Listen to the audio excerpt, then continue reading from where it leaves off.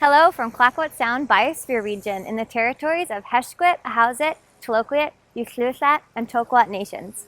Located on the west coast of Vancouver Island, Canada, our region is home to nearly 6,000 people and contains old-growth temperate rainforest, alpine peaks, and the open Pacific Ocean. After decades of industrial logging and fishing, we are working to build a sustainable economy, leveraging ecotourism, knowledge, learning, and to create solutions that support healthy ecosystems, diverse economies, and strong, vibrant, united cultures. Since 2015, we've calculated a regional living wage, the hourly pay needed to support the basic expenses of a family of 4. Working to achieve SDG 10, reduced inequalities, the living wage considers a bare-bones budget to provide housing, food, transportation, childcare, and healthcare based on local costs. I'm proud to say that we implemented our living wage policy back in 2017.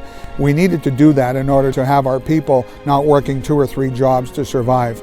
They can have time with their family, they can spend time on the water, the land, and in our communities. Our Biosphere region is proud to share.